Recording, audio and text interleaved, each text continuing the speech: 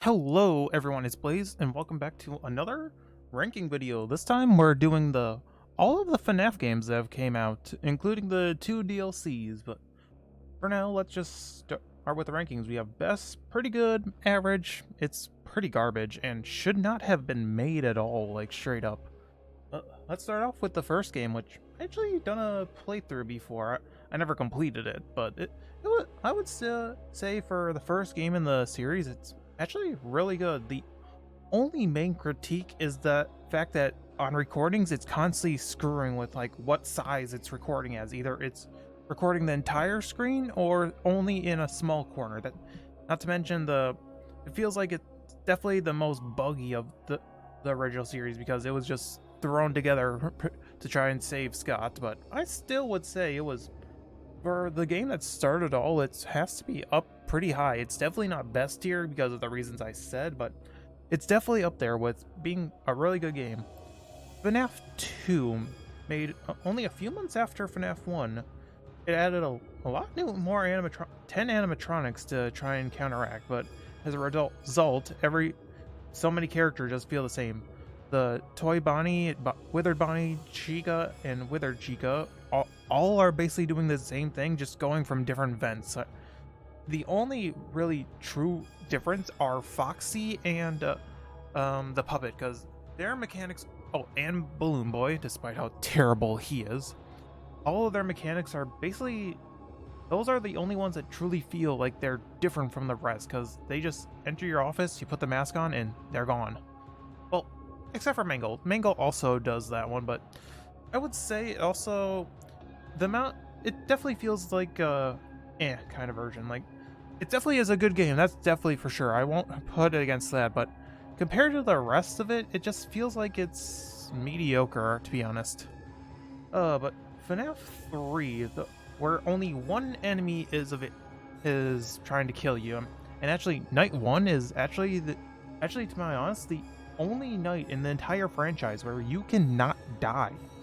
Like, straight up, I don't think you can actually die on night 1 in FNAF 3. But, and being the first game to have different endings is kind of interesting, not gonna lie, but I still say,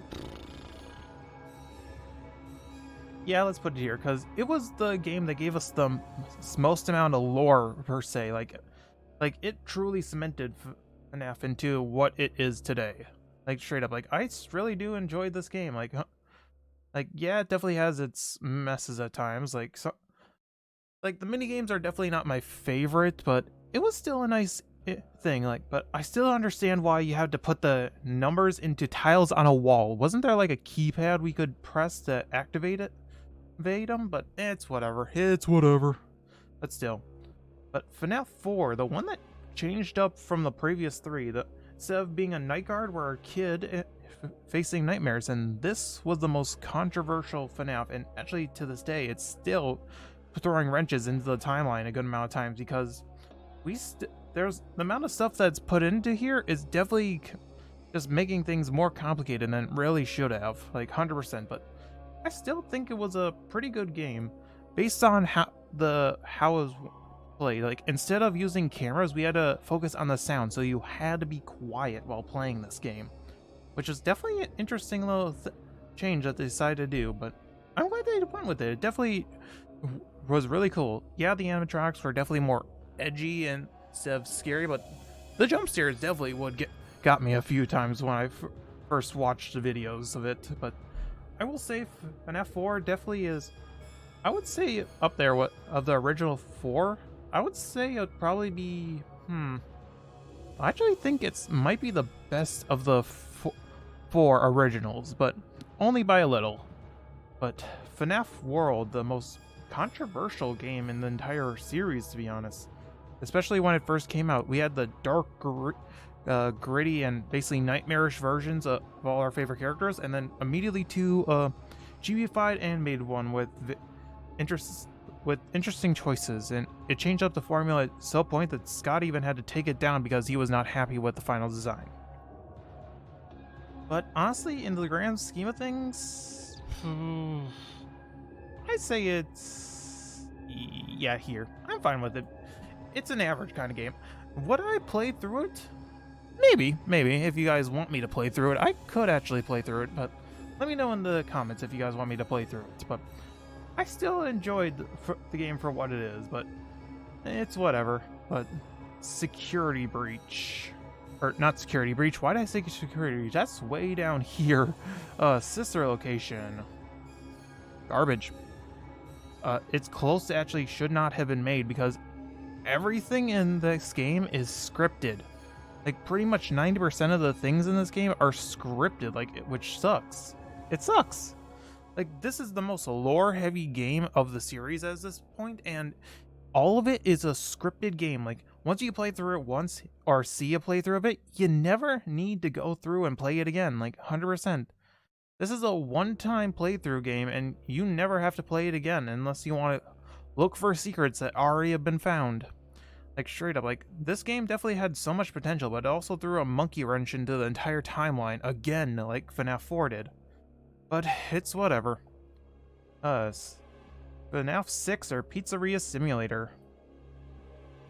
Honestly, it's up there with one of my favorites of the games. Like, it just wraps up the original series into a nice little bow that basically encapsulates everything of Fnaf is up to this point. And that ending speech from Henry is so amazing, like 100%. Like, I truly did like it. It was really good, like 100%. But yeah, there was the tycoon style stuff, or not my favorite stuff, but I still thought it was a pretty good game, all things considered. But it's whatever. Ultimate Customite, basically the 7th night of the entire series. And I thought it was okay. The fact that all the jump scares were just shaking PNGs were definitely stupid in my opinion, and the fact that it didn't even have certain characters that really should have had it, and some characters for some reason got it. Like, why did the trash in the game have to have a jump scare? Like, they're stupid. Like, there's no point in them. But I would say it definitely is a definite challenge. But honestly, for those who just want to play a story or play the game, it was definitely a fun time, but it's definitely not my cup of tea, to be honest. Once you play through it a few times, there's not really a point in coming back, but then again, most of these games are one and dones, but except for the next few. But the first of the VR games with Help Wanted. I will say this is a really good game. Yeah, it had its slight controversies at first, mainly because it accidentally still used fan art, but I feel like that was the only controversy of the game. But to my knowledge, I could be wrong, but this game was definitely pretty fun, like 100%. Like, you know what? It's definitely up there with one of my favorites of the FNAF series, like 100%. Like, I can not really remember too much I really truly hated about this game. Like, to be honest, like, it was just a fun time from beginning to end. I don't know, it's just not much to complain about. The Curse of Dreadbear, basically introducing us to Vanny in this little game, which all culminated in Security Breach, which we will get to very soon. Don't you worry about that. But the Curse of Dreadbear, it was a nice addition. Did it need to happen? No, but was it welcomed? Yes, I thought it was pretty good for what it was, but it could have been done differently. Yeah, I feel like stuff could have been handled differently for it, but I still enjoyed the game for what it was. But now onto FNAF AR and the Lumix, basically. Should not have been made. Frankly, this app was, like, I should specify, like, for those who don't know, this is a mobile game only one, so you need to only can play it on your phone or tablet. You can't play it on a computer because it's not built for it, because it requires a camera, which is really stupid in my opinion. Like, I don't know, like, the fact that it used augmented reality was an interesting choice, but I still didn't exactly like it. Plus the amount of in-app purchases that kept getting spammed near the end is just really stupid. Not to mention, it feels like that game just got abandoned all of a sudden. Like, it just stopped making updates, and Illumix just straight up abandoned its game. It's whatever, but it's one of those games that really shouldn't have been made. The only thing that was good about it is we learn more about Vanny, but because in the next game, Security Breach, we get nothing from Vanny. Like, she's barely in the game that she should be a central focus on, because she is the new main villain of the series, and now she's nothing. So for that, and not to mention all the massive glitches in this game, like, I could harp on this game for a while because I actually did a playthrough of it on my own, and the amount of times I raged or just was annoyed with this game was so bad. Like, oh, and the mazer size one. They for some reason changed the mazer size, and no one decides. One person decided to know the actual code. That one really pissed me off. Oh, but Security Breach still has so many glitches, and the fact that on launch, once you get to 6 a.m., after doing like so much stuff, if you die, you have to go back all the way to 6 a.m. and redo everything, and that was on launch, which was so stupid. So I'm glad they put in a save point, but still, that was so stupid. That was so stupid. But Security Breach definitely had a lot of problems holding it back from truly being a game that people actually like. Security Breach, you're a mess and deserve to be in the garbage tier, but Ruin. Honestly, Ruin, after this point, it truly starts a new legacy in FNAF. Like, Security Breach was a tease of what we were about to get, but Ruin truly started a new legacy, leading up from Mimic and even in the Secret of the Mimic. Like, Into the Pit is its own standalone thing, which we will get to soon, but Ruin itself, honestly, it was an amazing thing. Like, straight up, like, it got rid of the open world jankiness of Security Breach, which was definitely a lot more better and actually made things feel more like it was coming together properly. But I will say Ruin definitely had a few issues, especially in a first time playthrough, but I still really did enjoy Ruin. It was a lot of fun. Like, I truly did enjoy this game. But Help Wanted 2, the latest in the VR games, until Secret of the Mimic finally becomes a VR game. But honestly, compared to the original one, it just feels, I don't know, to me it just feels not as good. Like, I don't know, I can't remember too much about Help Wanted 2 because it just feels like it was just there at times. I don't know, I'm having trouble remembering much about Help Wanted 2 because all I keep remembering is about the Help Wanted stuff and Dreadbear stuff because that one was more impactful for the series. But I don't know, just Help Wanted 2 definitely was a good game, I will give it that, but I don't know, I can't remember much about it except for maybe like the moon carousel and the drawing with sun, but that's all I can really remember off of the top of my head, to be honest. I don't know, maybe I might go back and hell, maybe if I decide to go back to doing my VR stuff, I could do a playthrough of Help Wanted and Help Wanted 2 if you guys want me to. But for now, on to the next one. Secret of the Pit, or Into the Pit. Why did I say Secret of the Pit? It's Into the Pit. God tier, like, no doubt about it. Like, this game is a god tier game. Like, from beginning to end, it was an amazing game. Like, I loved when I played through it. Like, the art style is so different from the original series, but it was definitely a needed thing that honestly made it stand out so much more. Like, this game is amazing. It has the 5 nights mechanic, but it's whatever, but I still truly enjoyed this game from beginning to end. It was an amazing time.